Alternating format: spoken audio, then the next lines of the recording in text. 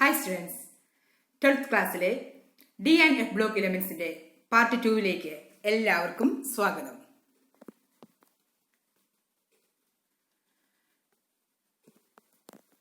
നമ്മൾ ഈ ക്ലാസ്സിലെ 7 പ്രധാനപ്പെട്ട കാര്യങ്ങളാണ് കാണാൻ പോകുന്നത്. ഒന്ന്, standard electrode potential, stability of higher oxidation state, chemical reactivity, magnetic properties, formation of colored ions, formation of different compounds, catalytic properties. ഈ കാര്യങ്ങളെല്ലാം വളരെ ഇമ്പോർട്ടൻ്റ് ആണ്, ശ്രദ്ധയോടുകൂടി ഇരിക്കുക. D&F block elementsന്റെ standard electrode potential. Electrode potentials are the measure of the value of total enthalpy change. Electrode potential are the measure of the value of total enthalpy change. Electrode potential value depend on enthalpy of atomization. അത് represent ചെയ്യുന്ന delta H. Atom, ഒരു metal അത് അതിന്റെ atoms ആയിട്ട് dissociate ചെയ്യുന്നതിനുള്ള enthalpy ചേഞ്ചിനെയാണ് enthalpy of atomization എന്ന് പറയുന്നത്. And hydration enthalpy. Enthalpy of ആറ്റമൈസേഷനെയും ഹൈഡ്രേഷനെയും ആശ്രയിച്ചാണ് ഇലക്ട്രോഡ് പൊട്ടൻഷ്യലിന്റെ വാല്യൂ ഡിപ്പെൻഡ് ചെയ്യുന്നത്.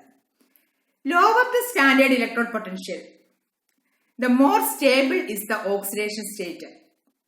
സ്റ്റാൻഡേർഡ് ഇലക്ട്രോഡ് പൊട്ടൻഷ്യൽ കുറവായിരിക്കുന്നതിനാണ് കൂടുതൽ സ്റ്റെബിലിറ്റി ഉള്ളത്.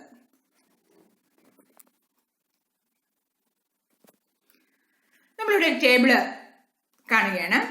ആ ടേബിളിൽ പറയുന്നത് ഒരു മെറ്റൽ, സോളിഡ് മെറ്റല് ഇലക്ട്രോണ് നഷ്ടപ്പെട്ട് അത് M2+ അയോൺ ആയിട്ട് അക്വസ് ഫോമിലേക്ക് ആകുന്നു.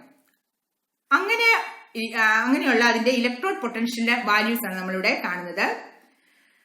വനേഡിയം, നമ്മുടെ first transition series 3D series ആയ vanadium, chromium, manganese, iron, cobalt, nickel, copper. ഇതിന്റെ standard electrode potential values E0, വനേഡിയത്തിന്റെ -1.18, chromium -0.91, manganese -1.18, iron -0.44, cobalt -0.28, nickel -0.25, copper +0.34. ഇവിടെ ശ്രദ്ധിക്കണം, കോപ്പറിന് വന്നപ്പോൾ അതിന്റെ സൈൻ മാറിയിട്ടുണ്ട്, +0.34 copper. The electrode potential values are not regular. നമ്മളിപ്പം ഈ വാല്യൂ ഒന്ന് ഒബ്സർവ് ചെയ്യുമ്പോൾ നമുക്ക് മനസ്സിലാകുകയാണ്, ഈ ഇലക്ട്രോഡ് പൊട്ടൻഷ്യൽ വാല്യൂസ് ഒരു റെഗുലർ ആയിട്ട് നമുക്ക് പറയാൻ പറ്റത്തില്ല.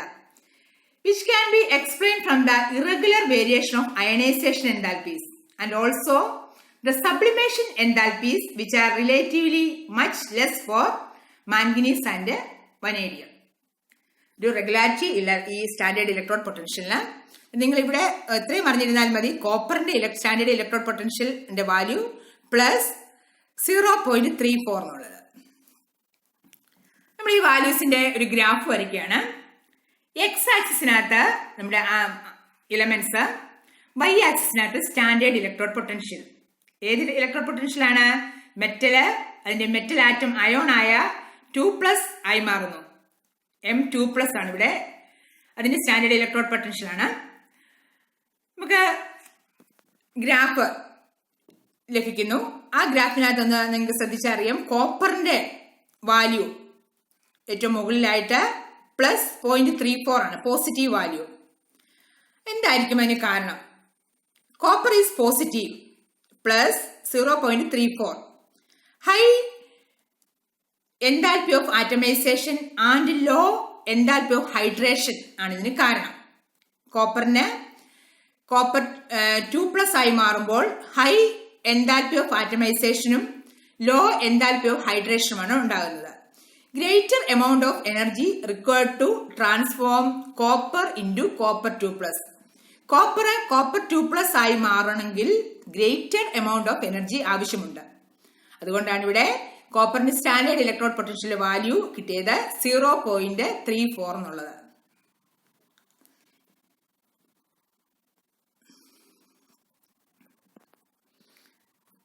The positive standard electrode potential of copper plus 0.34. The unique behavior of copper having a positive is 0. ബാക്കിയുള്ള ആ സീരീസിലെ ബാക്കിയുള്ള എല്ലാ എലിമെന്റ്സിനും എന്തായിരുന്നു? മൈനസ് ആണ് അതിന്റെ ഇലക്ട്രോഡ് പൊട്ടൻഷ്യൽ വന്നിരുന്നത്. എന്നാൽ കോപ്പറിന് മാത്രം പ്ലസ് വന്നു. This value accounts for its inability to liberate hydrogen from acid. കോപ്പറിന് ഡൈല്യൂട്ട് ആസിഡുമായിട്ട് റിയാക്ട് ചെയ്ത് ആ ആസിഡിൽ നിന്ന് ഹൈഡ്രജനെ ലിബറേറ്റ് ചെയ്യാനുള്ള കഴിവില്ല. Only oxidising acids. ഏതൊക്കെയാണ് oxidising acids? Nitric acid, sulphuric acid, അതായത് കോൺസെൻട്രേറ്റഡ് ആയിട്ടുള്ള നൈട്രിക് ആസിഡും സൾഫ്യൂരിക് ആസിഡും ഒക്കെ ഓക്സിഡൈസിങ് ആസിഡാണ്. അത് ഈ രണ്ട് ആസിഡുമായിട്ട് റിയാക്ട് ചെയ്യുമ്പോൾ copper acid being reduced, copper react ചെയ്യുന്നു. The high energy to transform copper to Cu2+ is not balanced by its hydration enthalpy. Hydration enthalpy ആയിട്ട് ഇത് ബാലൻസ് ചെയ്യുന്നില്ല. അന്നേരം നമ്മുടെ കോപ്പർ റിയാക്ട് ചെയ്യുന്നത് ഹൈ ഓക്സിഡൈസിങ് പ്രോപ്പർട്ടി ഉള്ള നൈട്രിക്കും കോൺസെൻട്രേറ്റഡ് ആസിഡ് സൾഫ്യൂരിക് ആസിഡുമായിട്ട് മാത്രമേ ഉള്ളൂ. എന്നാൽ ഇതിന് ഡൈല്യൂട്ട് ആസിഡുമായിട്ട് റിയാക്ട് ചെയ്ത് ഹൈഡ്രജനെ ലിബറേറ്റ് ചെയ്യാനുള്ള കഴിവ് ഇല്ല. അതിന് കാരണം positive standard electrode potential of copper. Due to positive standard electrode potential, copper does not liberate hydrogen from acid. ഓർത്തിരിക്കുക, ഇത് നമ്മൾ മനസ്സിലാക്കിയിരിക്കണം. ചെറിയ ക്ലാസ് നിങ്ങൾ പഠിച്ചിട്ടുണ്ട്, copper does not liberate hydrogen from acid. പക്ഷെ എന്താണ് കാരണം എന്നുള്ളതാണ് due to positive standard electrode potential. The general trend towards less negative E0 values across the series is related to the general increase in the sum of the first and second ionization enthalpy. Ionization enthalpyയുമായിട്ട് related ആണ് അതിന്റെ ബാക്കിയുള്ള less negative standard electrode potential ബാക്കിയുള്ള എലിമെന്റ്സിന്റെ. It is interesting to note that the value of E0 for manganese, nickel and zinc are more negative than expected from the trend. Calculated value theoretical ആയിട്ടുള്ള വാല്യൂമാണ്. അങ്ങനെ അവിടെ പറയുകയാണ്, it is interesting to note that the value of standard electrode potential for manganese, nickel and zinc are more negative than expected from the trend. നമ്മള് standard electrode potential first transition series 3D transition സീരീസിന്റെ standard electrode potential ആണ് കണ്ടത്. ആദ്യത്തെ metal 2+ ion ആയിട്ട് solution ആയിരിക്കുമ്പോൾ. ഇനി അടുത്ത values, അതായത് മെറ്റൽ 2+, മെറ്റൽ 3+ ആകുമ്പോൾ ഇവിടെ ടൈറ്റാനിയത്തിന്റെ വാല്യൂ നമ്മളിവിടെ ഒബ്സർവ് ചെയ്യാണ്. -0.37, vanadium -0.26, chromium -0.41, manganese +1.57, iron 0.77 and cobalt 1.97. E0 values. എന്താണ് E0? Standard electrode potential values for the redox couple M3+ bar M2+ show that Mn3+ and cobalt 3+ ions are the strongest oxidizing agent. Strongest oxidizing agent. Mn3+ ന്റെ value എത്രയാണ്? +1.57. cobalt 3+, cobalt +1.97. അന്നേരം നമുക്കിവിടെ observe ചെയ്യാം, Mn3+ഉം cobalt 3+ഉം strongest oxidising agents ആണ്. Strongest oxidising agent എന്തായിരിക്കും? Strongest oxidising agent എന്ന് പറഞ്ഞാല് ഇലക്ട്രോണെ സ്വീകരിക്കുന്ന ആൾക്കാര്, ഇലക്ട്രോണെ പെട്ടെന്ന് സ്വീകരിക്കും. അതാണ് സ്ട്രോങ്ങസ്റ്റ് ഓക്സിഡൈസിങ് ഏജന്റ് എന്ന് പറയുന്നത്. In aqueous solution, the ions titanium 2+, vanadium 2+ and Cr2+ are strong reducing agents. ശ്രദ്ധിക്കുക, ടൈറ്റാനിയം 2+ഉം വനേഡിയം 2+ഉം ക്രോമിയം 2+ഉം സ്ട്രോങ് റെഡ്യൂസിങ് ഏജന്റ് ആണ്. എന്താണ് ക്രോമിയം 2+ന്റെ വാല്യൂ? -0.41, വനേഡിയം 2+ -0.26, അതുപോലെ ടൈറ്റാനിയം -0.37. ഇവിടെ എല്ലാം സൈൻ വന്നിരിക്കുന്ന മൈനസ് ആണ്. മൈനസ് ആകുമ്പോൾ ഇവിടെ നമുക്ക് മനസ്സിലാക്കാൻ സാധിക്കും ഇതെല്ലാം സ്ട്രോങ് റെഡ്യൂസിങ് ഏജന്റ്സ് ആണ്. എന്താണ് റെഡ്യൂസിങ് ഏജന്റ്? നമുക്ക് അതിന്റെ റിയാക്ഷൻ നമുക്കൊന്ന് പഠിക്കാം. ഇവിടെ റെഡ്യൂസിങ് ഏജന്റ് ആണ് Cr2+ എന്ന് പറയുന്നത്. നിങ്ങൾ തന്നെ പറയണം എന്താണ് റെഡ്യൂസിങ് ഏജന്റ്. Cr2+ ആസിഡുമായിട്ട് റിയാക്ട് ചെയ്ത് Cr2 പ്ലസ് H2 ഗ്യാസിനെ ആസിഡിൽ നിന്ന് ലിബറേറ്റ് ചെയ്തു. Cr2 പ്ലസ് ഹൈഡ്രജനെ ആസിഡിൽ നിന്ന് ലിബറേറ്റ് ചെയ്തു. ഇവിടെ എന്താണ് ക്രോമിയം 2+ സംഭവിച്ചത്? ക്രോമിയം 2+ റിയാക്ടന്റ് പ്രൊഡക്റ്റ് ആയപ്പോൾ ക്രോമിയം 3+ ആയി. ക്രോമിയം 3+ ആവുമ്പോൾ നിങ്ങൾ അറിഞ്ഞിരിക്കണം, ക്രോമിയം 2+ എന്ന് പറഞ്ഞാല് 2 ഇലക്ട്രോൺ നഷ്ടപ്പെട്ട അവസ്ഥയായിരുന്നു. ഇത് റിയാക്ഷൻ നടത്തി പ്രൊഡക്റ്റ് സൈഡിലായപ്പോൾ 3 ഇലക്ട്രോൺ നഷ്ടപ്പെട്ടു പോയി. 3 ഇലക്ട്രോൺ നഷ്ടപ്പെട്ടപ്പോൾ ഈ പ്രോസസ്സിന് പറയുന്ന പേരാണ് ഓക്സിഡേഷൻ. ഏത് വസ്തുവിനാണോ ഓക്സിഡേഷൻ സംഭവിക്കുന്നത് ആ വസ്തുവിനെയാണ് റെഡ്യൂസിങ് ഏജന്റ് എന്ന് പറയുന്നത്. Reducing agent. ക്രോമിയം 2+ Cr3+ ആയി മാറുന്നു. അതൊരു റെഡ്യൂസിങ് ഏജന്റ് ആണ്. ക്രോമിയം 2+ റെഡ്യൂസിങ് ഏജന്റ് ആകാൻ, അതായത് ക്രോമിയം 3+ ആകുമ്പോൾ അവിടെ ഒരു സ്റ്റെബിലിറ്റിയും കൂടെ കൈവരുന്നുണ്ട്. ആ സ്റ്റെബിലിറ്റിയാണ് T2G half field stability. T2G half field stability. അതായത് നമ്മൾ ഡി ഓർബിറ്റിനെ 2 ആയിട്ട് തിരിച്ചിരിക്കുകയാണ്, T2Gയും EGയും. അന്നേരം Cr2+ Cr3+ ആയി മാറുമ്പോൾ ക്രോമിയത്തിന് T2G ഹാഫ് ഫീൽഡ് സ്റ്റെബിലിറ്റി വരുന്നു. അതുപോലെ Mn3+ ഒരു സ്ട്രോങ്ങസ്റ്റ് ഓക്സിഡൈസിങ് ഏജന്റ് ആണ്. ഈ Mn3+ ഒരു ഇലക്ട്രോണെ സ്വീകരിച്ച് Mn2+ ആയി മാറുന്നു. Mn2+ ആയി മാറുമ്പോൾ ഈ നമ്മുടെ മാംഗനീസിന് ഹാഫ് ഫീൽഡ് സ്റ്റെബിലിറ്റി, അതായത് D5 കോൺഫിഗറേഷൻ ആണ് കിട്ടുന്നത്. D5 configuration. അതുകൊണ്ട് നമ്മുടെ മാംഗനീസ് 3+ന് മാംഗനീസ് എന്തായി ആക്ട് ചെയ്യുന്നു? മാംഗനീസ് 3+ ഓക്സിഡൈസിങ് ഏജന്റ് ആയിട്ട് ആക്ട് ചെയ്യുന്നു. ഇവിടെ നമുക്ക് എന്തുകൊണ്ടാണ് മാംഗനീസ് 3+ഉം Cr2+ന്റെയും ഓക്സിഡൈസിംഗ് റെഡ്യൂസിംഗ് ക്യാരക്ടർ പറയുവാണെങ്കിൽ നമുക്ക് അതിന് സ്റ്റെബിലിറ്റി വെച്ച് പറയാം. Cr2+ Cr3+ ആയി മാറുമ്പോൾ അവിടെ അതിന് ലഭിക്കുന്നു half field stability of T2G. Mn3+ന് എന്താണ് സംഭവിക്കുന്നത്? Mn2+ ആയി മാറുമ്പോൾ അവിടെ മാംഗനീസിന് എന്താണ് ലഭിക്കുന്നത്? ഹാഫ് ഫീൽഡ് സ്റ്റെബിലിറ്റി, അതായത് D5 കോൺഫിഗറേഷൻ ഉണ്ടാകുന്നു. ഓക്കെ, ഇത് ബോർഡ് എക്സാമിൽ ചോദിച്ചിട്ടുള്ളതാണ്. The stability of the half-filled D subshell in Mn2+ and completely filled D10 configuration in Zinc 2+ are related to their E0 values. Standard values ആയിട്ട് ഇതിന്റെ സ്റ്റെബിലിറ്റിക്ക് ബന്ധമുണ്ട്. Whereas standard electropotential for nickel is related to the highest negative hydration enthalpy. Highest negative hydration enthalpy. The low value for scandium reflects the stability of scandium 3+, which has a noble gas configuration. Scandiumത്തിന്റെ electronic configuration ആണ് 21, atomic number 21. അത് വെച്ച് നമ്മൾ electronic configuration എഴുതുമ്പോൾ scandium 3+ എന്ന് പറഞ്ഞാൽ 3 electron പോയി. അവിടെ ആർഗൺ 18, ആർഗണിന്റെ കോൺഫിഗറേഷനായിട്ട് തുല്യമാണ്. അതുകൊണ്ടാണ് നോബിൾ ഗ്യാസ് കോൺഫിഗറേഷനുമായിട്ട് സ്കാൻഡിയം 3+ന് സാമ്യമുള്ളത് കൊണ്ടാണ് അതിന്റെ ഹൈ സ്റ്റെബിലിറ്റിക്ക് കാരണം. The highest value for zinc is due to the removal of electron from stable D10 configuration of zinc 2+. The highest value ആണ് സിങ്കിന് കാരണം due to the removal of electron from the stable D10 configuration. D10ൽ നിന്ന്, അതായത് D10 നിങ്ങൾക്ക് completely filled stability ആണ്. അത് മാറ്റണമെങ്കിൽ high energy കൊടുത്തെങ്കിൽ മാത്രമേ അവിടെ സാധ്യമാകത്തുള്ളൂ. അതുകൊണ്ടാണ് അതിന്റെ വാല്യൂ ഹൈയസ്റ്റ് ആണ് പറയുന്നത്. The comparatively high value for manganese show that Mn2+, നമ്മൾ നേരത്തെ പഠിച്ചായിരുന്നു D5 കോൺഫിഗറേഷൻ. Mn2+ ആകുമ്പോൾ മാംഗനീസിന് D5 കോൺഫിഗറേഷൻ ഉണ്ട്. അതുകൊണ്ടാണ് അത് സ്ട്രോങ്ങസ്റ്റ് ഓക്സിഡൈസിംഗ് ഏജന്റ് ആയിട്ട് ആക്ട് ചെയ്യുന്നതെന്ന് പറഞ്ഞു. It's particularly stable, whereas comparatively low value for iron shows the extra stability of Fe3+. ഇതിനെല്ലാം നമ്മൾ അറിഞ്ഞിരിക്കേണ്ടത് ഈ എലമെന്റ്സിന്റെ എല്ലാം ഇലക്ട്രോണിക് കോൺഫിഗറേഷൻ അറിഞ്ഞിരിക്കണം. എന്നാൽ നിങ്ങൾ 3D സീരീസിന്റെ ഇലമെന്റ്സിന്റെ എല്ലാം ആറ്റോമിക് നമ്പർ ബൈഹാർട്ട് ചെയ്യണം. അതിന്റെ ഇലക്ട്രോണിക് കോൺഫിഗറേഷൻ എഴുതാൻ പഠിക്കണം. എങ്കിൽ മാത്രമേ നമുക്കിത് ചെയ്യാൻ സാധിക്കുള്ളൂ. Trends in stability of higher oxidation state.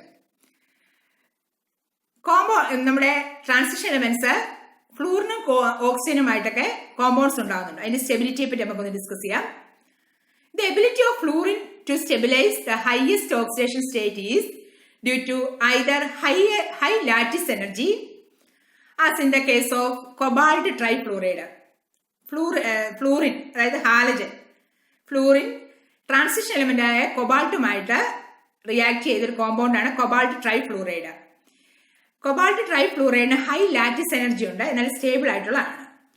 അതുപോലെ ഹൈ ബോണ്ട് എൻതാൽപ്പിയാണ് വനേഡിയം പെന്റാഫ്ലൂറൈഡിനകത്തുള്ളത്. വനേഡിയം പെന്റാഫ്ലൂറൈഡ്, ക്രോമിയം ഹെക്സാഫ്ലൂറൈഡിനകത്തൊക്കെ ഹൈ ബോണ്ട് എൻതാൽപ്പി ഉണ്ട്. ഇതെല്ലാം നല്ല സ്റ്റേബിൾ ആയിട്ടുള്ള കോമ്പൗണ്ടാണ് ഫ്ലൂറിനുമായിട്ട്. ഇനി ഓക്സിജനുമായിട്ട് ട്രാൻസിഷൻ എലമെന്റ്സ് കമ്പൈൻ ചെയ്യുന്നുണ്ട്. അതിനും സ്റ്റെബിലിറ്റി ഉണ്ട്. കാരണം നിങ്ങൾക്കറിയാം, മൾട്ടിപ്പിൾ ബോണ്ട് ഉണ്ടാക്കാനുള്ള കഴിവ് ഓക്സിജൻ ഉണ്ട്. Multiple bond. The ability of oxygen to stabilize the highest oxidation state is due to its ability to form multiple bond with the metals. ഇതെല്ലാം കാരണം ഫ്ലൂറിനും ഓക്സിജനുമായിട്ട് ട്രാൻസിഷൻ മെറ്റൽസ് കമ്പൈൻ ചെയ്യുമ്പോൾ അതിനെല്ലാം നല്ല സ്റ്റെബിലിറ്റി ഉണ്ട്. നമ്മളിവിടെ ടേബിള് കാണുകയാണ്. അതിനകത്ത് stable halides of first transition elements. 4ാമത്തെ ഗ്രൂപ്പ് തൊട്ട് തുടങ്ങുകയാണെങ്കിൽ ടൈറ്റാനിയം X4, X എന്ന് പറയുന്നത് ഇവിടെ ഫ്ലൂറിൻ ടു ഐഡിൻ വരെയുള്ള ഹാലജൻസ് ആണ്. അന്നേരം പലതരത്തിലുള്ള സ്റ്റേബിൾ ഹാലൈഡ്സ് ഉണ്ടാകുന്നുണ്ട് ഫസ്റ്റ് ട്രാൻസിഷൻ എലിമെന്റ്സുമായിട്ട്. ഗ്രൂപ്പ് 6ൽ നിങ്ങൾക്ക് ധാരാളം കോമ്പൗണ്ട്സ് ഉണ്ടാകുന്നുണ്ട്. ക്രോമിയത്തിന്റെ പലതരത്തിലുള്ള കോമ്പൗണ്ട്സ് ഏറ്റവും കൂടുതൽ ഗ്രൂപ്പ് 6ലാണ് കാണുന്നത്. ഗ്രൂപ്പ് 7ൽ മാംഗനീസിന്റെയും ഹാലൈഡ്സ് ഉണ്ടാകുന്നുണ്ട്. 12ാം ഗ്രൂപ്പിൽ സിങ്ക് വരെ പലതരത്തിലുള്ള ഹാലൈഡ്സ് ആണ് ഇവിടെ നമ്മൾ കാണുന്നത്. അന്നേരം സ്റ്റേബിൾ ഹാലൈഡ്സ് ഉണ്ടാകുന്നുണ്ട്. ട്രാൻസിഷൻ എലിമെന്റ് ഫസ്റ്റ് ട്രാൻസിഷൻ എലിമെന്റ്സുമായിട്ട് കമ്പൈൻ ചെയ്ത് ഹാലൈഡ്സ് സ്റ്റേബിൾ ഹാലൈഡ്സ് ഉണ്ടാകുന്നു. The highest oxidation number are achieved in titanium tetrahalide, vanadium pentafluoride, chromium hexafluoride. Highest oxidation state ആണ് അവിടെ ഉള്ളത്. The +7 state of manganese is not represented in simple halides. മാംഗനീസിന് ഏറ്റവും highest ആയിട്ടുള്ള +7 ആണെന്ന് നമ്മൾ പഠിച്ചിട്ടുണ്ട്. അത് സാധാരണ രീതിയിൽ ഹാലൈഡുമായിട്ട് മാംഗനീസ് അങ്ങനെ കോമ്പൗണ്ട് ഉണ്ടാകുന്നില്ല. എന്നാൽ MnO3F is known. +7 ഉള്ള MnO3F ആണ്.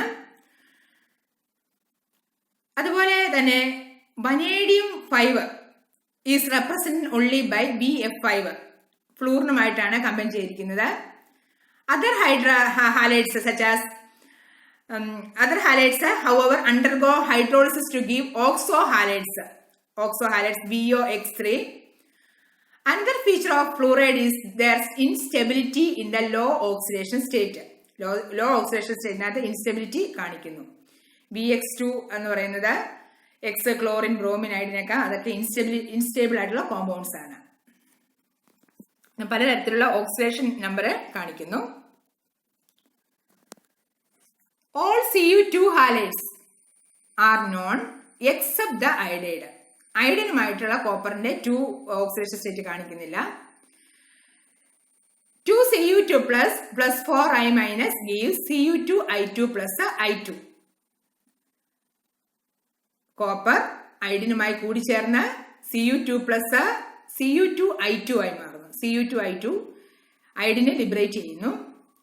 However, many copper 1 compounds are unstable in aqueous solution and undergo disproportion reaction വിധേയമാകുന്നു. Copper 2 plus Cu2 plus Cu ആയി മാറുന്നു. The stability of Cu2 plus rather than Cu2 plus aqueous is due to much more negative hydration enthalpy of Cu2 plus than Cu plus. ഇവിടെ hydration enthalpy ഒക്കെ വെച്ച് ഇതിന്റെ stability പറയാണ്. ഇവിടെ നമ്മൾ മനസ്സിലാക്കുകയാണ്, copper 1 compounds are unstable in aqueous solution. Copper 1 compounds unstable ആണ്. Transition metals also exhibit the highest oxidation state in their oxides. Oxide ഇനി ഓക്സിജനുമായിട്ട് കമ്പൈൻ ചെയ്ത ഓക്സൈഡ്സ് ഉണ്ടാകുന്നു. Transition elements highest oxidation state കാണിക്കുന്നു. The ability of oxygen to stabilise higher oxidation state are much higher than fluorine. The highest oxidation state with the fluorine by manganese is +4 in MnF4. Manganese ടെട്രാഫ്ലൂറൈഡിനകത്ത് മാംഗനീസിന്റെ oxidation number +4 ആണ്. എന്നാൽ ഓക്സിജനുമായിട്ടുള്ള കോമ്പൗണ്ടാണ് Mn2O7. Mn2O7 എന്ന കോമ്പൗണ്ടിനകത്ത് മാംഗനീസിന്റെ oxidation number +7 വന്നു. ഫ്ലൂറിനുമായിട്ട് compound ഉണ്ടായപ്പോൾ highest oxidation number +4 ആണ് കാണിച്ചത് manganese. എന്നാൽ ഓക്സിജനുമായിട്ട് കമ്പൈൻ ചെയ്തപ്പോൾ +7 എന്നുള്ള ഹയസ്റ്റ് ഓക്സിഡേഷൻ നമ്പർ മാംഗനീസ് കാണിക്കുന്നു. അന്നേരം the ability of oxygen to stabilize higher oxidation state are much higher than fluorine. ഫ്ലൂറിനേക്കാളും വളരെ കൂടുതലായിരിക്കും ഓക്സിജന്റെ ഹയർ ഓക്സിഡേഷൻ സ്റ്റേറ്റ് കാണിക്കാൻ. Oxygen has the ability to form multiple bond with metal atom. Note ചെയ്യുക, multiple bond ഉണ്ടാക്കാൻ ഓക്സിജന് സാധിക്കുന്നു. എന്നാൽ ഫ്ലൂറിന് എപ്പോഴും സിംഗിൾ ബോണ്ട് അല്ലേ ഉള്ളൂ.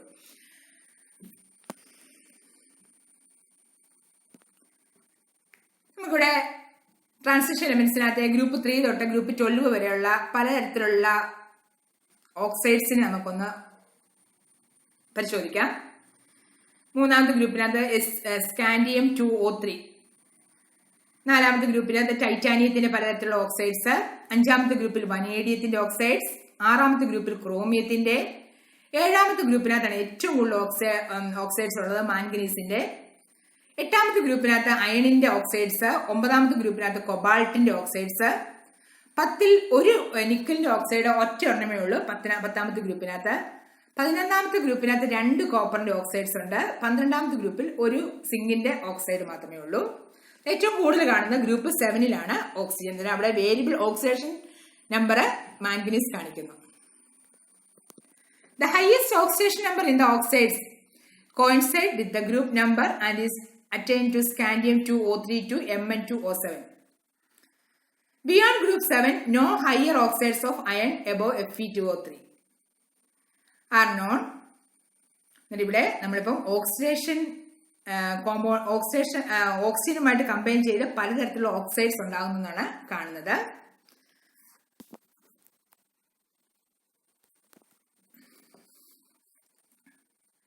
അയണൈസേഷൻ എനർജിയും സ്റ്റെബിലിറ്റി ഓഫ് എ മെറ്റലും തമ്മിൽ ഒരു നല്ല റിലേഷൻ ഉണ്ട്.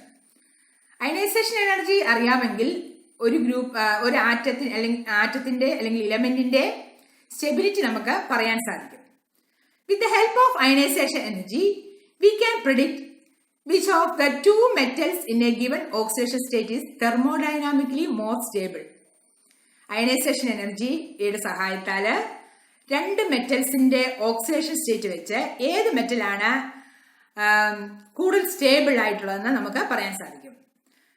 ഇവിടെ ഒരു മെറ്റൽ, ആ മെറ്റല് നമുക്കറിയാം പ്യൂർ സ്റ്റേറ്റ് അത് 0 ആണ് അതിന്റെ ഓക്സിഡേഷൻ സ്റ്റേറ്റ്. അതിന് 2 ഇലക്ട്രോൺ നഷ്ടപ്പെട്ട് M2+ ആയി മാറി. അങ്ങനെയാണെങ്കിൽ അതിന്റെ അയണൈസേഷൻ എൻതാൽപ്പിയുടെ ആകെത്തുക എന്ന് പറയുന്നത് I1 + I2 ആണ്. ഒന്നാമത്തെ ഇലക്ട്രോൺ മാറുമ്പോൾ അതിന്റെ അയണൈസേഷൻ എൻതാൽപ്പി I1, രണ്ടാമത്തെ ഇലക്ട്രോണെ മാറ്റുമ്പോൾ ഉണ്ടാകുന്ന അയണൈസേഷൻ എൻതാൽപ്പിയാണ് I2. I1 + I2. അതുപോലെ M4+ ആണെങ്കിൽ എത്ര അയണൈസേഷൻ എൻതാൽപ്പിയുടെ വാല്യൂ വേണം? 4 അയണൈസേഷൻ എൻതാൽപ്പി, 4 ഇലക്ട്രോണെ മാറ്റുന്ന അയണൈസേഷൻ എൻതാൽപ്പിയുടെ വേണം M4+. That is equal to I1 + I2 + I3 + I4. നമ്മളിപ്പോൾ അയണൈസേഷൻ എൻതാൽപ്പി ഒന്ന് കാൽക്കുലേറ്റ് ചെയ്യാണ്. എങ്ങനെയാണ്? നിക്കൽ 0, നിക്കൽ 2 ആയി മാറുക. അതായത് 2 ഇലക്ട്രോൺ നഷ്ടപ്പെട്ടു. നിക്കൽ 2+. അവിടെ I1 + I2 that is equal to 2.49 into 10³ kJ/mol ആണ് അയണൈസേഷൻ എൻതാൽപ്പിയുടെ വാല്യൂ വന്നിരിക്കുന്നത്. പ്ലാറ്റിനം 0, അത് 2 ആയി മാറുന്നു. അവിടെ I1 + I2 that is equal to 2.66 into 10³ kJ/mol. നമ്മൾ ഇനി പറയുകയാണ്, നിക്കൽ ആണോ പ്ലാറ്റിനം ആണോ സ്റ്റെബിലിറ്റി കൂടുതൽ? നിക്കൽ 2-നാണോ പ്ലാറ്റിനം 2-നാണോ സ്റ്റെബിലിറ്റി കൂടുതൽ? Nickel 2, I1 + I2 for nickel 2 is less than I1 + I2 for platinum. നമുക്കൊന്ന് വാല്യൂ ഒന്ന് നോക്കാം. നിക്കൽ 2-ന്റെ വാല്യൂ ആണ് 2.49 into 10³ kJ/mol.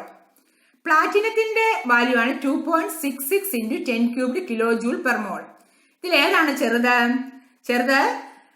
ഇവിടെ I1 + I2 for nickel 2 is nickel 2-ന്റെ value is less than platinum 2. So nickel is more stable.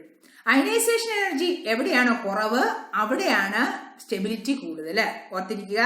നിങ്ങൾ ഈ നിക്കലും പ്ലാറ്റിനവും വെച്ച് നമുക്കത് പറയാൻ സാധിക്കും. അയണൈസേഷൻ എൻതാൽപ്പി കുറവുള്ളതാണ് സ്റ്റെബിലിറ്റി കൂടുതൽ. നമുക്ക് അങ്ങനെയാണെങ്കിൽ പ്ലാറ്റിനവും നിക്കൽ 4ഉം പ്ലാറ്റിനം 4ഉം തമ്മിലൊന്ന് കമ്പയർ ചെയ്യാം. നിക്കൽ 4 ആയി മാറുന്നു.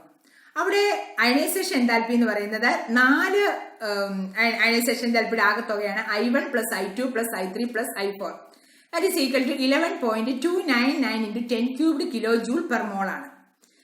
പ്ലാറ്റിനം 4 ആയപ്പോൾ ഇവിടെ വന്നിരിക്കുന്ന ionisation enthalpy I1 + I2 + I3 + I4 that is equal to 9.36 × 10³ kJ/mol. നമുക്ക് തന്നെ പറയാൻ സാധിക്കും ആർക്കായിരിക്കും സ്റ്റെബിലിറ്റി കൂടുതൽ. എവിടെയാണോ അയണൈസേഷൻ എനർജി കുറവ് അവിടെയായിരിക്കും സ്റ്റെബിലിറ്റി കൂടുതൽ. നമ്മൾ ഈ 2 വാല്യൂസും കൂടെ കമ്പയർ ചെയ്യുമ്പോൾ നമുക്ക് മനസ്സിലാക്കുന്നു പ്ലാറ്റിനത്തിനാണ് അയണൈസേഷൻ എൻതാൽപ്പി കുറവ്, അതുകൊണ്ട് സ്റ്റെബിലിറ്റി കൂടുതൽ പ്ലാറ്റിനത്തിനാണ്. ഓക്കെ, അയണൈസേഷൻ എൻതാൽപ്പി വെച്ച് നമുക്ക് സ്റ്റെബിലിറ്റി മനസ്സിലാക്കാൻ സാധിക്കുന്നു. അയണൈസേഷൻ എൻതാൽപ്പിയുടെ വാല്യൂ കുറവാണെങ്കിൽ അവിടെയാണ് സ്റ്റെബിലിറ്റി കൂടുതൽ.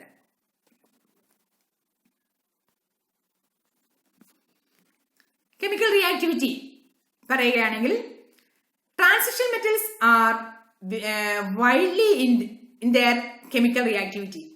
Transition metals vary widely in their chemical reactivity. Many of them are electropositive to dissolve in mineral acid, although a few are noble. എന്താ നോബിൾ എന്ന് പറഞ്ഞാല് ജെന്റിലായിട്ട്, അതായത് ഇനാക്റ്റീവ് ആയിട്ടിരിക്കുന്നു. That is they are unaffected by simple acids. The metals of the first series, with the exception of copper, are relatively more reactive and oxidized by 1 molar H+. നമ്മള് 3D series പഠിച്ചായിരുന്നു. ആ 3D സീരീസിനകത്ത് copper ഒഴിച്ച് ബാക്കിയുള്ള elements എല്ലാം highly reactive ആണ്, or oxidised by 1 molar H+. ആസിഡിൽ നിന്ന്, dilute ആസിഡിൽ നിന്ന് ഹൈഡ്രജനെ ലിബറേറ്റ് ചെയ്യാൻ കഴിവുണ്ട്. So the actual rate at which these metals react with the oxidizing agents like hydrogen ions is sometimes slow. ഇതിന് കെമിക്കൽ റിയാക്ടിവിറ്റി ആണ് നമ്മൾ ഇവിടെ പഠിക്കുന്നത്. സ്റ്റാൻഡേർഡ് ഇലക്ട്രോഡ് പൊട്ടൻഷ്യൽ വാല്യൂ നമ്മൾ കണ്ടായിരുന്നു. The E0 values for M2+/M indicates a decreasing tendency to form divalent cations across the series. The general trend towards less negative E0 value is related to the increase in the sum of the first and second ionization enthalpy. ഇതെല്ലാം ഇതിന്റെ reactivity നമ്മുടെ E0 standard electrode പൊട്ടൻഷ്യലിനെ നമുക്ക് ഇതിന്റെ റിയാക്ടിവിറ്റിയുമായിട്ട് relate ചെയ്യാൻ സാധിക്കും. E0 value indicates a decreasing tendency to form divalent cations across a series.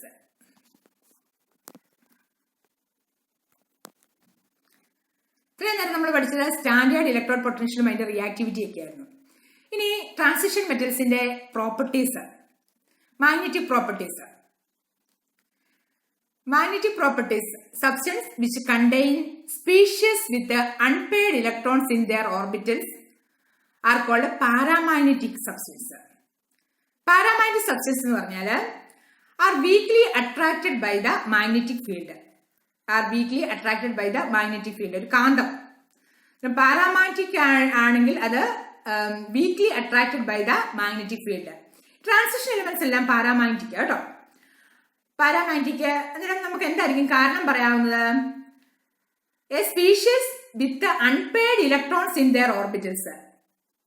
നമ്മൾ പഠിച്ചു scandium തൊട്ട് മാംഗനീസ് വരെ നമ്മൾ ആ ഇലക്ട്രോണിക് കോൺഫിഗറേഷൻ എഴുതുമ്പോൾ ആദ്യം ഡി ഓർബിറ്റിനകത്ത് ഒരു ഇലക്ട്രോൺ സ്കാൻഡിയത്തിന്, അത് കഴിഞ്ഞ് സ്കാൻഡിയം കഴിഞ്ഞ് ടൈറ്റാനിയം, വനേഡിയം, ക്രോമിയം, അങ്ങനെ നമ്മൾ ഇലക്ട്രോണിക് കോൺഫിഗറേഷൻ എഴുതി പോകുമ്പോൾ നിങ്ങൾക്ക് അറിയാം ഓരോരോ ഇലക്ട്രോൺ ഇങ്ങനെ കൂടി വരുന്നു. അൺപെയർഡ് ആയിട്ടുള്ള ഇലക്ട്രോൺ ഓരോ ഓർബിറ്റിലും ഇരിക്കുക.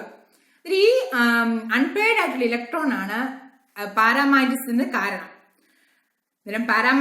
Paramagnetic substance are weakly attracted by the magnetic field. അതുപോലെ തന്നെ മാഗ്നറ്റിക് ഫീൽഡിനോട് സ്ട്രോങ് ആയിട്ട് അട്രാക്ട് ചെയ്യുകയാണെങ്കിൽ അതിനെ പറഞ്ഞു പറയുന്നത് ഫെറോമാഗ്നറ്റിക് സബ്സ്റ്റൻസ്. ഇനി ഡയാമാഗ്നറ്റിക് സബ്സ്റ്റൻസ് എന്ന് പറഞ്ഞാൽ എന്താണ്? Substance which do not contain any unpaired electrons and they are repelled by magnetic field.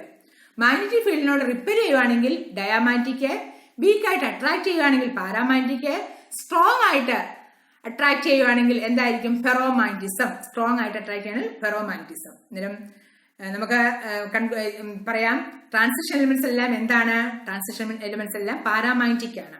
Paramagnetic എന്ന് പറയാം. കാരണം അൺപെയർഡ് ഇലക്ട്രോൺസ് ഇഷ്ടം പോലെ ഡി ഓർബിറ്റിനകത്ത് വരുന്നത്.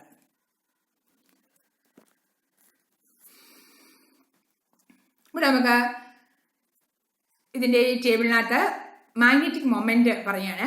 നമ്മുടെ 3D സീരീസിനകത്ത് സ്കാൻഡിയം തൊട്ട് മാംഗനീസ് വരെയുള്ളത്, അതായത് അൺപെയർഡ് ഇലക്ട്രോൺസ് ഉള്ളത്. സ്കാൻഡിയം 3+ എന്ന് പറഞ്ഞാൽ എന്താ അർത്ഥം? സ്കാൻഡിയത്തിന് 21 ആയിരുന്നു ആറ്റോമിക് നമ്പർ. ആ 21 എണ്ണത്തിൽ നിന്ന് 3 ഇലക്ട്രോൺ പോയി. 3 ഇലക്ട്രോൺ പോകുമ്പോൾ സ്കാൻഡിയം 3+ ആയി മാറുന്നു. അവിടെ ഇലക്ട്രോണിക് കോൺഫിഗറേഷൻ എഴുതുമ്പോൾ എങ്ങനെയായിരുന്നു? സ്കാൻഡിയത്തിന്റെ ആർഗൺ 18 4s2 3d1 ആയിരുന്നു. 3 ഇലക്ട്രോൺ പോകുമ്പോൾ ആർഗണിന്റെ ഇലക്ട്രോണിക്, അതായത് 18 മാത്രമേ അവിടെ ഉള്ളൂ. 18, ബാക്കി 3 ഇലക്ട്രോൺ പോയി. അതുകൊണ്ടാണ് ഇവിടെ 3d0 എന്ന് കാണിച്ചിരിക്കുന്നത്. 3d0 അവിടെ അൺപെയർഡ് ഇലക്ട്രോൺ 0 ആണ്. അതുകൊണ്ട് മാഗ്നറ്റിക് മൊമെന്റ് 0 ആണ്. ടൈറ്റാനിയം 3+, ടൈറ്റാനിയം 3+ ഇലക്ട്രോണിക് കോൺഫിഗറേഷൻ എഴുതുമ്പോൾ അതിന്റെ 3D ഓർബിറ്റിനകത്ത് 1 ഇലക്ട്രോൺ വന്നു നിൽക്കുന്നു. 1 ഇലക്ട്രോൺ. അതുകൊണ്ട് നമ്മളവിടെ പറയാണ് unpaired electrons 1, magnetic moment 1.73, observed calculated ആണ് 1.73, ഒബ്സർവ്ഡ് വാല്യൂ 1.75. Titanium 2+, 3D. അന്നേരം അവിടെ അൺപെയർഡ് ഇലക്ട്രോൺ 3d2 ആകുമ്പോൾ 2 ആണ് അൺപെയർഡ് ഇലക്ട്രോൺസ്. മാഗ്നറ്റിക് മൊമെന്റ് 2.76 ആണ് അവിടെ ഒബ്സർവ്ഡ് വാല്യൂ എന്ന് പറയുന്നത്. അതുപോലെ തന്നെ വനേഡിയം 2+, Cr2+, മാംഗനീസ് 2+. ശ്രദ്ധിക്കുക, മാംഗനീസ് 2+ വന്നപ്പോൾ അവിടുത്തെ electronic configuration 5, number of unpaired electrons ഏറ്റവും കൂടുതലായപ്പോൾ അവിടുത്തെ മാഗ്നറ്റിക് മൊമെന്റും ഏറ്റവും കൂടുതലായിട്ട് വന്നു. അതായത് നമുക്ക് ഇവിടെ പറയാൻ സാധിക്കും അൺപെയർഡ് ഇലക്ട്രോണുമായിട്ട് നല്ല റിലേഷൻ ആണ് മാഗ്നറ്റിക് മൊമെന്റിന്. അൺപെയർഡ് ഇലക്ട്രോൺ ആയിട്ടുള്ള മാംഗനീസിനാണ് ഇവിടെ ഏറ്റവും കൂടുതൽ മാഗ്നറ്റിക് മൊമെന്റ്. ഈ ടേബിളിൽ നമ്മൾ ഒബ്സർവ് ചെയ്യുന്നത് 5.96 ആണ് അവിടെ കാണുന്നത്. അന്നേരം മാഗ്നറ്റിക് മൊമെന്റിന്റെ കാൽക്കുലേഷനകത്ത് അൺപെയർഡ് ഇലക്ട്രോൺസ് ഒരു നല്ലൊരു പങ്ക് വഹിക്കുന്നുണ്ട്.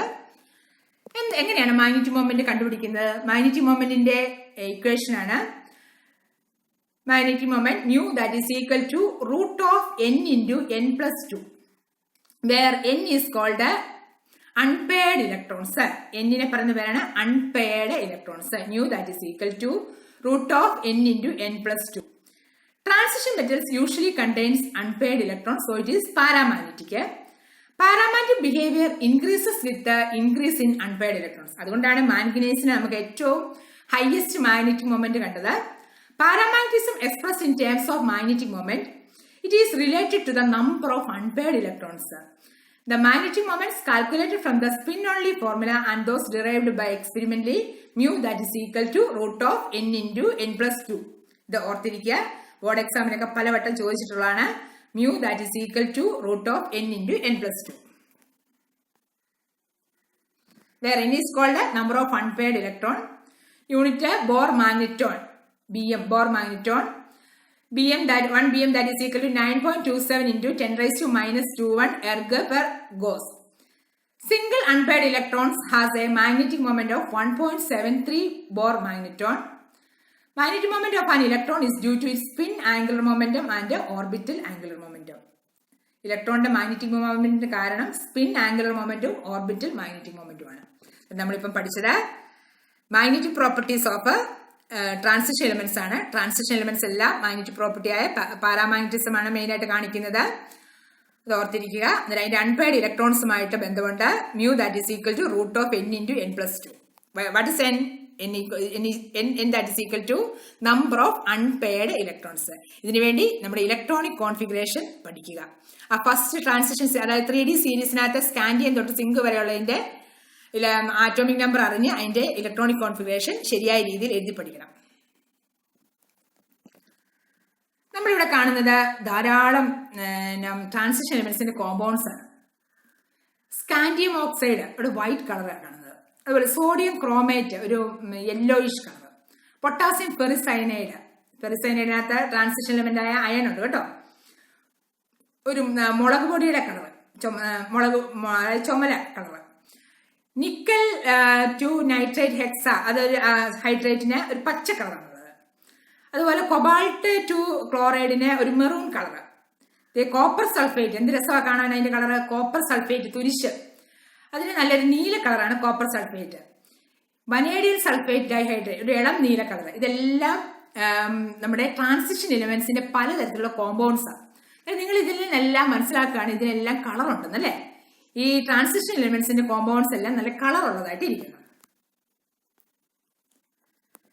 When an electron from a lower energy d orbital is excited to a higher energy d orbital, the energy of excitation corresponds to the frequency of light absorbed.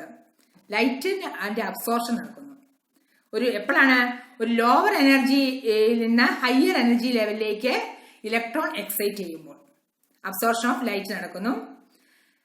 This frequency generally lies in the visible region. The colour observed correspond to the complementary colour of the light absorbed. ഈ absorb ചെയ്തിരിക്കുന്ന colour ആയിരിക്കത്തില്ല നമ്മൾ observe ചെയ്യുന്നത്.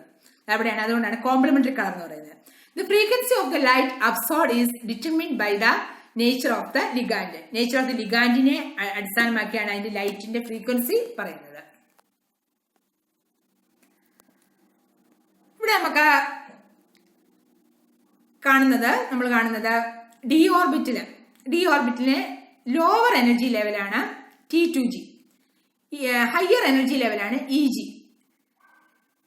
നിങ്ങൾക്കറിയാം D orbital എന്ന് പറഞ്ഞാൽ 5 D block അല്ലെങ്കിൽ D shell എന്ന് പറയുന്നത് 5 ഓർബിറ്റൽ കൂടി ചേർന്ന. ലിഗാൻസ് വരുമ്പോൾ അവിടെ സ്പ്ലിറ്റിംഗ് നടക്കുന്നു. 3 ഓർബിറ്റലിന് ലോവർ എനർജിയും 2 ഓർബിറ്റലിന് ഹയർ എനർജിയുമായി മാറുന്നു. ലോവർ എനർജി ഉള്ളതിനെയാണ് T2G എന്ന് പറയുന്നത്, ഹയർ എനർജി ഉള്ളതിനെയാണ് EG എന്ന് പറയുന്നത്. ഇവിടെ ലൈറ്റ് അബ്സോർബ് ചെയ്യുമ്പോൾ അവിടെ ഇലക്ട്രോൺ എക്സൈറ്റ് ചെയ്ത് ഹയർ ലെവലിലേക്ക് പോകുന്നു, കുതിച്ചു ചാടുക. എന്നിട്ട് അവിടെ ഒരു അബ്സോർപ്ഷൻ ഓഫ് ലൈറ്റ് ആണ് നടക്കുന്നത്. അന്നേരം ഇവിടെ കളറിന്റെ കാരണം പറയുകയാണ്, ലോവർ എനർജി ലെവലിൽ നിന്ന് ഇലക്ട്രോൺ ഹയർ എനർജി ലെവലിലേക്ക് എക്സൈറ്റ് ചെയ്യുന്നതുകൊണ്ടാണ് ഇവിടുത്തെ കളറിന് കാരണമാകുന്നത്.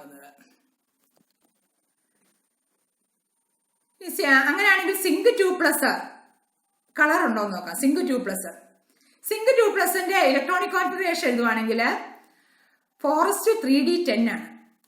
സിങ്ക് 2+ ആകുമ്പോൾ 4:2 അങ്ങ് മാറിപ്പോകുന്നത്. 4:ൽ 2 ഇലക്ട്രോൺ പോകുന്നു, 3D10 മാത്രമേ ഉള്ളൂ.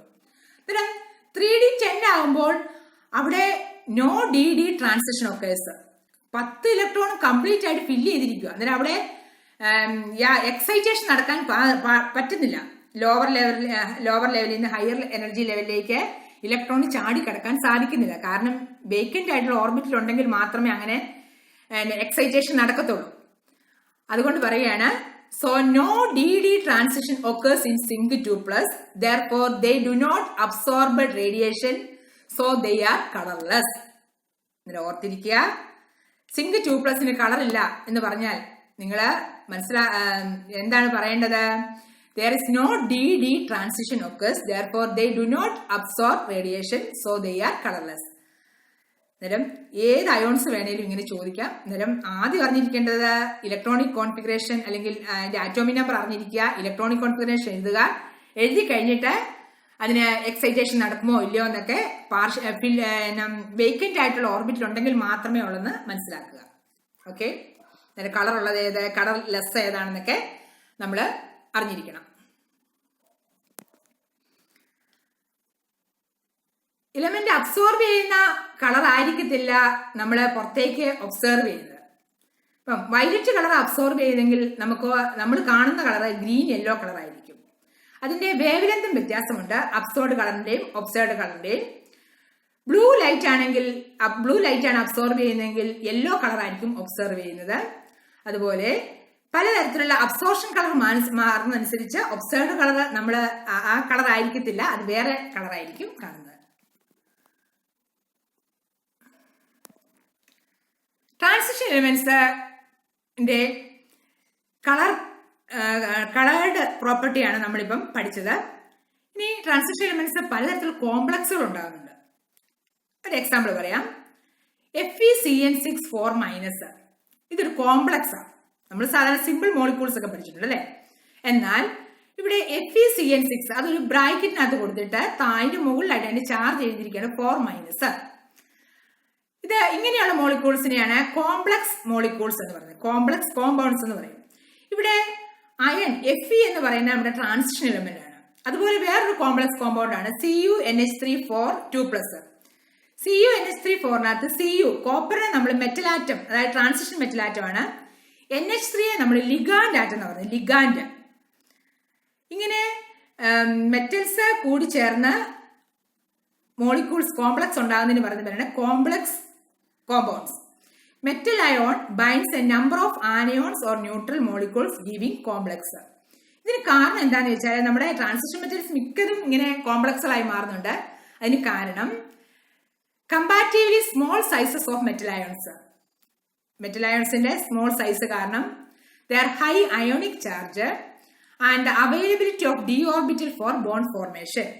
ഇഷ്ടംപോലെ ഡി ഓർബിറ്റൽ ഉണ്ട് അല്ലെ?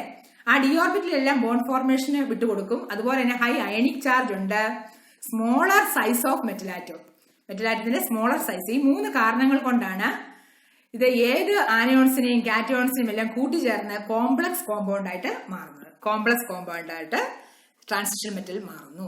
കാരണം 3: smaller size of metal ion, high ionic charge of metal ion, availability of d orbitals for bond formation. Okay, അതുപോലെ തന്നെ ട്രാൻസിഷൻ എലമെന്റ്സ് ഇന്റർസ്റ്റിഷ്യൽ കോമ്പൗണ്ട്സ് ആയി മാറുന്നു. എന്തായിരിക്കും interstitial compounds? When small atoms, അതായത് ചെറിയ atoms like hydrogen, carbon, nitrogen are trapped inside the crystal lattice of metals. ചെറിയ ആറ്റത്തെ വലിയ ആറ്റത്തിന്റെ ആ ലാറ്റിസൈറ്റിനകത്ത് പിടിച്ചിരുന്നു. അങ്ങനെയാണെങ്കിൽ അതിനെ പറയുന്നത് ഇന്റർസ്റ്റിഷ്യൽ കോമ്പൗണ്ട്സ്. ഇടയ്ക്ക് കുടുങ്ങിപ്പോയി. അങ്ങനെയുള്ളതിനാണ് ഇന്റർസ്റ്റിഷ്യൽ കോമ്പൗണ്ട്സ് എന്ന് പറയുന്നത്. They are usually non stoichiometric ആണ്. എക്സാമ്പിൾ പറയുവാണെങ്കിൽ Mn4n, മാംഗനീസിന്റെ ലാറ്റിസൈറ്റിനകത്ത് നൈട്രജൻ കയറി. Mn4n ഒരു ഇന്റർസ്റ്റിഷ്യൽ കോമ്പൗണ്ട് ആണ്. അതുപോലെ Fe3 ഹൈഡ്രജൻ, H വളരെ ചെറുതാണ്. അയണിന്റെ ലാറ്റിസൈറ്റിനകത്ത് ഹൈഡ്രജൻ കയറിയിരിക്കുകയാണ്. BH vanadium hydride, titanium hydride, titanium carbon, ഇതെല്ലാം കാർബൈഡ് ഒക്കെ എന്താണ്? എല്ലാം ഇന്റർസ്റ്റിഷ്യൽ കോമ്പൗണ്ട്സ് ആണ്. അന്നേരം small atoms like hydrogen, carbon or nitrogen are trapped inside the crystal lattice of metals. They have high melting points higher than those of pure metals. ഇങ്ങനെയുള്ള കോമ്പൗണ്ട്സിന്റെ പ്രത്യേകത പറയാണ് high melting point ആണ് ഇന്റർസ്റ്റിഷ്യൽ കോമ്പൗണ്ട്സിന്. They are very hard. Some borates approaches diamond in hardness. നല്ല കട്ടിയായിരിക്കും. They are retain metallic conductivity. Metallic conductivity retain ചെയ്യുന്നു. They are chemically inert ആയിരിക്കും. ഇന്റർസ്റ്റിഷ്യൽ കോമ്പൗണ്ട്സിന്റെ പ്രത്യേകതകളാണ് ഇപ്പം പറഞ്ഞത്. എന്താണ് ഇന്റർസ്റ്റിഷ്യൽ കോമ്പൗണ്ട്സ്? ചെറിയ ചെറിയ ആറ്റങ്ങളായ ഹൈഡ്രജൻ, കാർബൺ, നൈട്രജൻ ഒക്കെ നമ്മുടെ ട്രാൻസിഷൻ മെറ്റൽസിന്റെ ലാറ്റിസൈറ്റിനകത്ത് ട്രാപ്പ് ചെയ്യുന്നതിനെയാണ് പറയുന്നത് ഇന്റർസ്റ്റിഷ്യൽ കോമ്പൗണ്ട്സ്. ഒരു എക്സാമ്പിൾ ഓർത്തിരിക്കുക, Fe3H കേട്ടോ, Fe3H എന്ന് ഓർത്തിരിക്കുക. അതുപോലെ പല എക്സാമ്പിൾ ഉണ്ട്. അടുത്ത ട്രാൻസിഷൻ മെറ്റൽസിന്റെ ഒരു കോമ്പൗണ്ട് ആണ് അലോയ്സ്. എന്താണ് അലോയ്സ്? അലോയ് ഫോം ചെയ്യാനുള്ള കണ്ടീഷൻ എന്താണെന്ന് വെച്ചാൽ ലോഹസങ്കരത്തിനെയാണ് അലോയ്സ് എന്ന് പറയുന്നത്. ഏകദേശം ഒരുപോലെ സൈസുള്ള ആൾക്കാരെ കൂട്ടിച്ചേർത്ത് ഉണ്ടാക്കുന്നതിനെയാണ്, ലോഹങ്ങളെ മിക്സ് ചെയ്യുന്നതിനെയാണ് പറയുന്നത് alloy. Because of similar radius and other characteristic of transition elements, the alloy so formed are hard and have often high melting point. Ferrous alloys, chromium, vanadium, tungsten, molybdenum and manganese are used for the production of variety of steels and stainless steel. Stainless steel ഒക്കെ എന്താണ്? alloys ആണ്. Alloys of transition metals with the non-transition metals. കോപ്പറും സിങ്കും കൂടി ചേർന്നാണ് brass ഒരു ലോഹസങ്കരമാണ്. അതുപോലെ bronze എന്ന് പറഞ്ഞാൽ കോപ്പറും ടിന്നും കൂടെ കൂടി ചേർന്നാണ് ബ്രോൺസ്. കോപ്പറും ടിന്നും കൂടെ കൂടി ചേരുന്നു. ഓർത്തിരിക്കുക, കോപ്പറിന്റെ 2 ലോഹസങ്കരങ്ങളാണ് ബ്രാസും ബ്രോൺസും. ബ്രാസ് എന്ന് പറഞ്ഞാൽ copper plus zinc, copper plus zinc ആണ് ബ്രാസ്. ബ്രോൺസ് എന്ന് പറഞ്ഞാൽ copper plus tin. Bronze, copper plus tin ഓർത്തിരിക്കുക. അതുപോലെ സ്റ്റെയിൻലെസ് സ്റ്റീല്, ഇതെല്ലാം ലോഹസങ്കരങ്ങളാണ്. ട്രാൻസിഷൻ മെറ്റൽസിന്റെ ലോഹസങ്കരങ്ങൾ. ഇതിന് കാരണം എന്താണെന്ന് വെച്ചാൽ because of the similar ready and other characteristics of transition metals കാരണമാണ് അലോയ് ഫോർമേഷൻ നടക്കുന്നത്. ഇങ്ങനെ ഉണ്ടാകുന്ന ലോഹസങ്കരങ്ങൾ സാധാരണ പ്യൂർ ആയിട്ടുള്ള മെറ്റൽസിനേക്കാളും അതിന്റെ പ്രോപ്പർട്ടീസ് വളരെ കൂടുതലായിരിക്കും. ഹാർഡ്നെസ് ഒക്കെ കൂടിയിരിക്കും അലോയ്സിന്.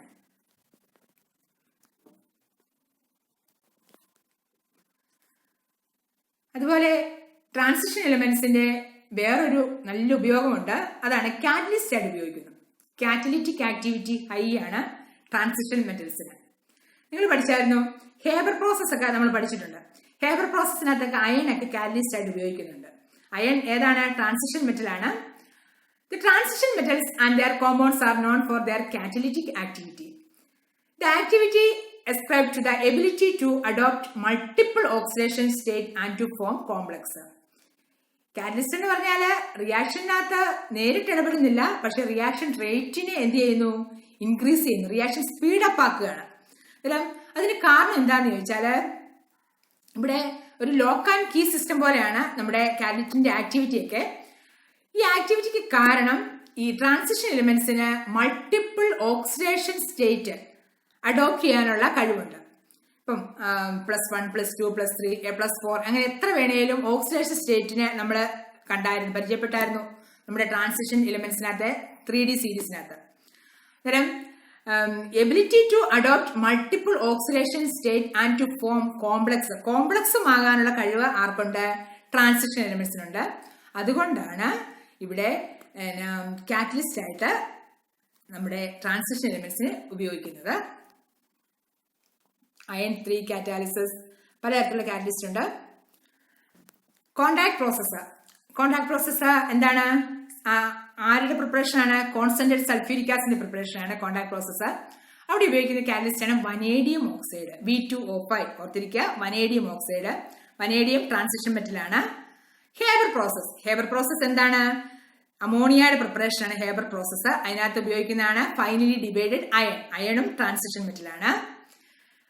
അതുപോലെ ഉള്ള അടുത്ത റിയാക്ഷൻ ആണ് കാറ്റലിറ്റിക് ഹൈഡ്രജനേഷൻ. ഹൈഡ്രജനേഷനകത്ത് ഉപയോഗിക്കുന്ന കാറ്റലിസ്റ്റ് ആണ് നിക്കൽ. ഇതെല്ലാം നമ്മളിപ്പം 3D സീരീസിലെ എലിമെന്റ്സ് ആണ് ഈ കാണുന്ന എല്ലാം. അടുത്താണ് ഗ്യാസോലിൻ സിന്തസിസ്. അവിടെ ഉപയോഗിക്കുന്ന കാറ്റലിസ്റ്റ് ആണ് കൊബാൾട്ട്. ഈ പ്രോപ്പർട്ടിക്ക് എല്ലാം കാരണം presence of unpaired electrons in their incomplete d orbital, variable oxidation state, in most cases provide large surface area ഉണ്ട്. അതുകൊണ്ടും ഈ കാറ്റലിറ്റിക് പ്രോപ്പർട്ടി കാണിക്കുന്നതിന് മുൻപന്തിയിൽ നിൽക്കുന്നു. അന്നേരം 3 കാര്യം നമുക്കിവിടെ പറയാം. കാറ്റലിസ്റ്റ് ആകാനുള്ള ട്രാൻസിഷൻ മെറ്റൽസിന്റെ പ്രവണതയ്ക്ക് ഒന്നാമത്തത് പ്രസൻസ് ഓഫ് അൺപെയർഡ് ഇലക്ട്രോൺസ്, രണ്ടാമത്തത് variable oxidation state of transition metals. ഇതാണ് ഏറ്റവും മെയിൻ ഇമ്പോർട്ടന്റ് ആയിട്ടുള്ള കാര്യം, variable oxidation state of transition metals. പിന്നെ ലാർജ് സർഫസ് ഏരിയ പ്രൊവൈഡ് ചെയ്യാനും ട്രാൻസിഷൻ മെറ്റൽസിന് സാധിക്കുന്നു. ഇത്രയും കാര്യങ്ങൾ കൊണ്ടാണ് ഇത് ഹയസ്റ്റ് കാറ്റലിറ്റിക് ആക്ടിവിറ്റി കാണിക്കുന്നത്. ഇവിടെ നമുക്ക് ഈ ഒരു റിയാക്ഷൻ ഒന്ന് ഒബ്സർവ് ചെയ്യാം. റിയാക്ടൻസിനകത്ത് MnO4 മാംഗനീസിന്റെ ഓക്സിഡേഷൻ സ്റ്റേറ്റ് 6 ആയിരുന്നു. അത് പ്രൊഡക്റ്റ് ആയി മാറിയപ്പോൾ MnO4 മൈനസിനകത്ത് മാംഗനീസ് 7 ആയി മാറി. 7 ഓക്സിഡേഷൻ സ്റ്റേറ്റ്. അതുപോലെ തന്നെ MnO2 4 മാംഗനീസിന്റെ ഓക്സിഡേഷൻ സ്റ്റേറ്റ് 4. ഇവിടെ 6 എന്നുള്ള ഓക്സിഡേഷൻ സ്റ്റേറ്റ് 7ഉം 4ഉമായിട്ട് മാറുന്നു. എന്നിട്ട് ഇവിടെ വേരിയബിൾ ഓക്സിഡേഷൻ സ്റ്റേറ്റ് ഒരേ എലിമെന്റ് ആറ്റം തന്നെ കാണിക്കുകയാണ്. When a particular oxidation state becomes less stable relative to other oxidation state, one lower, one higher, it is said to be undergo disproportion. For example, manganese 6 become unstable relative to manganese 7 and manganese 4 in acidic solution. Manganese 6 unstable ആയതുകൊണ്ട് manganese 7ഉം manganese 4ഉമായിട്ട് compare ചെയ്യുമ്പോൾ acidic സൊല്യൂഷനകത്ത് manganese 6 unstable ആണെന്ന് പറഞ്ഞു. ഇങ്ങനെ particular oxidation state become less stable relative to their oxidation state, one lower, one higher, it is said to be undergo disproportion. പ്രൊപ്പോർഷനായിട്ട് അല്ല, ഡിസ്പ്രൊപ്പോർഷനായിട്ട് reaction നടക്കുന്നു എന്നുള്ള അതാണ് disproportionation എന്നുകൊണ്ട് ഉദ്ദേശിക്കുന്നത്. മാംഗനീസ് നമ്മുടെ ട്രാൻസിഷൻ എലിമെന്റ്സിന്റെ റിയാക്ഷനാണ് നമ്മളിപ്പം കണ്ടത്.